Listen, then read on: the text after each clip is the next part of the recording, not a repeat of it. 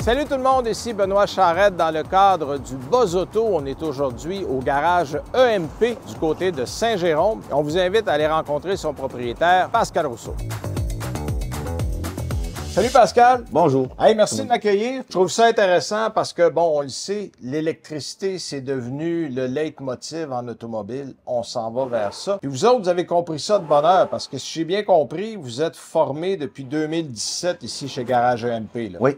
Commencé en 2017. Là, maintenant, si on se promène dans les quartiers, on peut voir quasiment une maison sur 3 qui va avoir un auto soit hybride ou un auto électrique, ou avec les clients, bien, leur prochaine voiture qui regardent déjà pour électrique. Fait que le bateau ne fallait pas le manquer. On est là. C'est pas ça s'en vient, ça fait un bout. Bon, parle-nous des investissements que tu as fait parce qu'il faut former les mécaniciens, il faut former les techniciens pour faire ça. Comment vous y êtes pris? On est allé aux États-Unis avec les CDC. Cette année, on a mis 75 000 en équipement en formation pour ça. Parce que si on ne suit pas là, ça va être trop dur à reprendre. Là, un peu comme si on commence des cours à l'université, puis on n'écoute pas pendant 3 ans, puis on décide d'allumer à la dernière année, fait que c'est quasiment impossible, fait qu'on faut y aller là. Donc, les techniciens ici sont formés à l'électricité, à l'hybride et à la mécanique à combustion interne, comme on les connaît. Là. Oui, j'ai ma division, on fait du diesel, mécanique générale, puis j'ai mes spécialistes pour les autos électriques, là, surtout Vincent. Vous êtes aussi garage recommandé CA, ça c'est important parce que c'est un gage de qualité. On le sait, les CA là, sont assez sévères sur les qualifications. Qu'est-ce qu'on demande du côté du CA pour justement avoir cette certification-là? Devenir reconnu pour CA, ils vont faire une étude, fait qu'ils prennent presque 2000 factures dans le dossier, ils vont appeler les clients. Ils envoient, des inspecteurs mystères, fait que souvent ça va être un client qu'on ne sait pas. Ça prend presque 2 ans l'étude pour devenir recommandé CA. Okay. Et ça, c'est la partie recommandé CA. Puis après ça, la partie électrique, mais là, ça prenait toutes les certifications des techniciens, puis l'équipement adéquat là, pour les faire selon leurs exigences. Donc, c'est un vrai gage de sécurité pour les gens qui viennent ici. Là.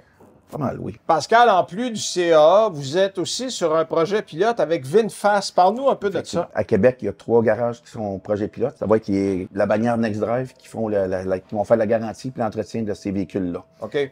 Puis là, nous, on vient de signer comme projet pilote là, pour les Laurentides ici, là, pour faire. Donc, évidemment, comme il n'y a pas de concession VinFast qui est proche, en fait, il y en a une à Montréal, je pense qu'il y en a une à Laval, vous allez faire office de point de service pour VinFast ici au garage EMP. Exactement. Pour la garantie, l'entretien, puis la réparation. Ah, ben ça, c'est intéressant. Là, on va aller dans l'atelier voir un de tes techniciens, justement. On va aller voir Vincent.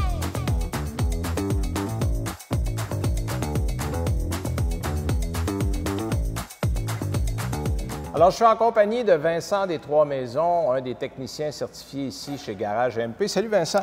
Bonjour. Ben écoute, merci de prendre un peu de temps pour nous. Je suis sûr que les gens se posent la question, qu'est-ce qu'on va réparer comme genre de problème sur un véhicule électrique dans un garage spécialisé comme Garage EMP? En fait, dans un véhicule électrique, on va couvrir la même chose que sur un véhicule à essence en partant tout ce qui est la mécanique de base, suspension, frein, direction, tout ce qui est aussi les entretiens qui est prescrit par le manufacturier. Mais on peut aussi arriver avec des problèmes de haut voltage. On peut arriver avec juste des petites choses comme des petits problèmes d'ampoule, ça peut être n'importe quoi. Honnêtement, il n'y a pas grand limite à ce qu'on peut faire dans l'après-marché. Et on a souvent la fausse idée qu'une voiture électrique, c'est pas d'entretien. D'ailleurs, il y a beaucoup de concessionnaires qui la vendent un petit peu comme ça. Exact. Mais c'est pas vrai, c'est de l'entretien différent. Parle-nous de ce qu'on a, par exemple, sur un véhicule électrique qu'on ne retrouvera pas sur un véhicule à essence. Bien, en fait, des choses comme vous dites souvent, ils disent c'est pratiquement sans entretien, ce qui est faux. Les entretiens qui sont suggérés du manufacturier sont à faire, mais des fois, il y a des choses qui n'en parlent pas, puis c'est fortement recommandé. Exemple, des fois,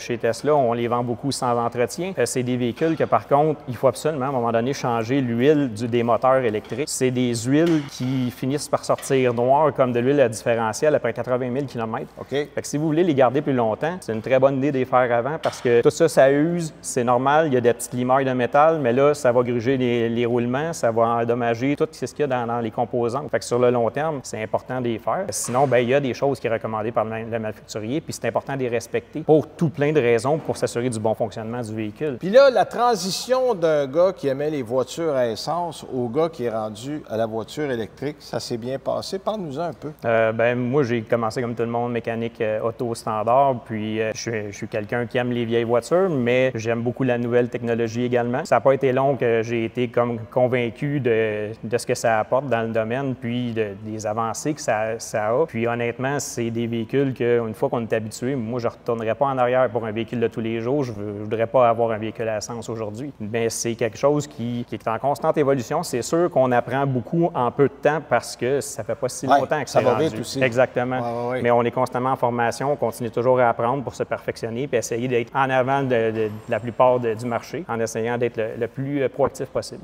Merci beaucoup. Ça fait plaisir. Bon, Pascal, après avoir jasé un peu avec Vincent, je réalise que vous êtes chez Garage EMP une alternative aux concessionnaires automobiles. Vous avez pas mal le même genre d'équipement. Parle-nous un peu de ce que vous êtes capable de faire pour un véhicule électrique si les gens se présentent chez vous. L'entretien, réparation, le diagnostic est avancé. On fait de la programmation aussi. On a tout l'équipement pour être capable de faire la même chose. Et chose intéressante pour le suivi à la clientèle, on m'a dit que c'était toi, personnellement, qui s'occupait de rejoindre des clients, de faire un suivi, de prendre le rendez-vous. Donc, disons que le service personnalisé, c'est au cœur de vos préoccupations aussi. Pas mal, oui. J'aime ça être pas mal proche des clients, puis les expliquer, envoyer des photos, expliquer quand ils viennent ici. Des fois, ils disent « je veux pas voir les pièces. » On essaie d'expliquer le plus possible. Fait qu'ils souvent, ils comprennent. Donc, vous êtes transparent. C'est important, ça. Très. Merci, Pascal.